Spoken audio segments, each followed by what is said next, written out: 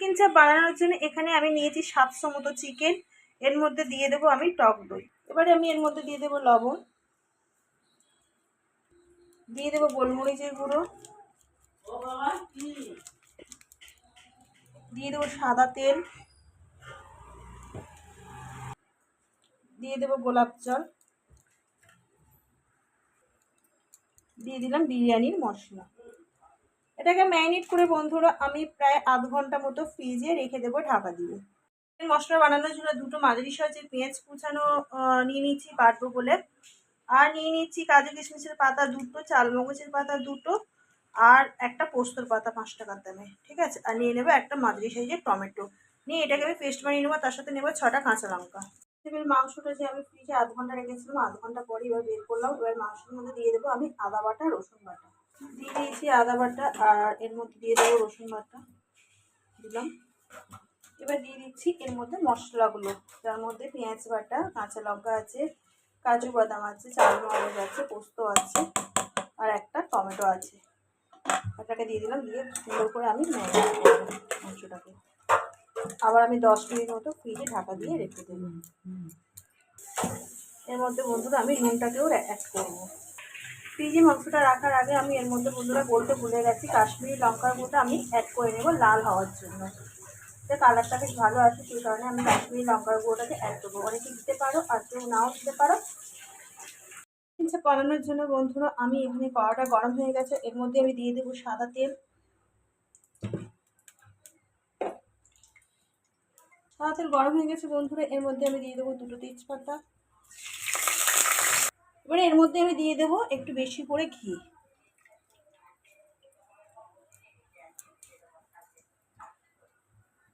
এবার বন্ধুরা আমি এর মধ্যে দিয়ে দিচ্ছি মাংসগুলো, যেটার মধ্যে ম্যারিনেট করা ছিল। আবারও তোমাদেরকে জানাচ্ছি, আমি আগেও বলেছি এখনও বলছি, এর মধ্যে আমি দিয়েছি আদা বাটা, রসুন বাটা, কাঁচা লঙ্কা বাটা, একটা মাঝারি সাইজের টমেটো বাটা, দুটো পেঁয়াজ বাটা দিয়েছি, আর দিয়েছি দুটো 5 টাকার দামে কাজু পাতা, একটা 5 টাকার দামে পোস্তর পাতা, আর আমি দিয়েছি 2 প্যাকেট 5 টাকার দামে চালমগজের পাতা, দিয়েছি কাশ্মীরি লঙ্কার গুঁড়ো, আর দিয়েছি সাদা তেল, বিরিয়ানির মশলা। এগুলো দিয়ে আমি ম্যারিনেট করে রেখেছিলাম ফ্রিজে, আধ ঘন্টার বেশি রেখেছিলাম।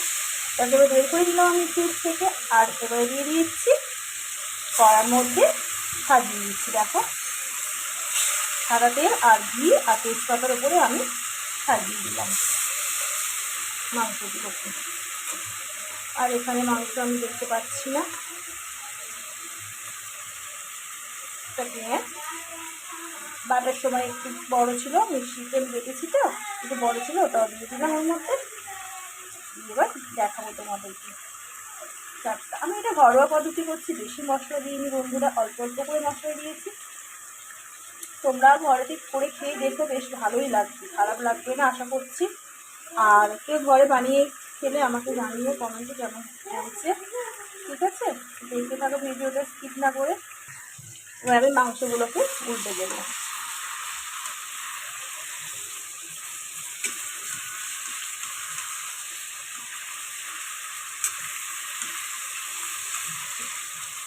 কে কেমনভাবে বানাও বন্ধুরা আমাকে কিন্তু একটু জানিও, আমি এটা নিজের আইডিয়া মতো বানাচ্ছি, ঠিক আছে।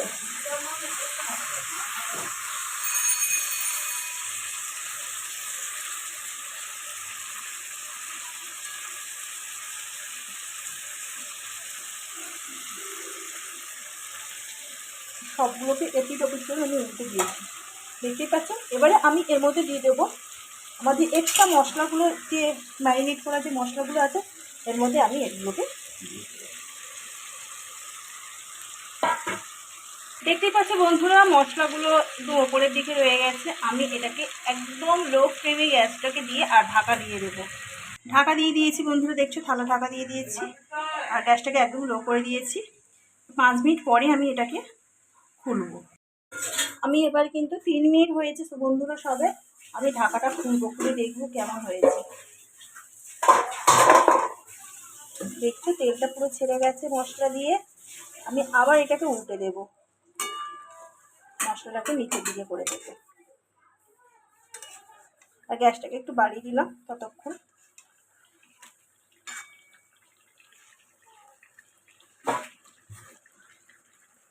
তোমরা এরকমভাবে করে খেয়ে দেখো বন্ধুরা, দারুণ লাগবে মাংসটা। আমি কিন্তু একটু কিন্তু এখানে কিন্তু জল অ্যাড করিনি, তোমরাও করবে না। আর ঢাকা দিয়ে দিয়ে করবে। আমি আবার গ্যাসের ফ্লেমটাকে আবার কমিয়ে দিলাম, আবার ঢাকা দিয়ে দেবো, আবার ঢাকা দিলাম। বন্ধুরা আমি এখন ঢাকনাটা খুললাম আর গ্যাসটাকে আর একটু বাড়িয়ে দেবো, একদম ফুল কমিয়ে দিলাম, ফুল করে গ্যাসটাকে। মাংসটা একটু শক্ত আছে, কমিয়ে দিই গ্যাসটা, মশলাটা আবার গায়ে গায়ে লেগে যাবে।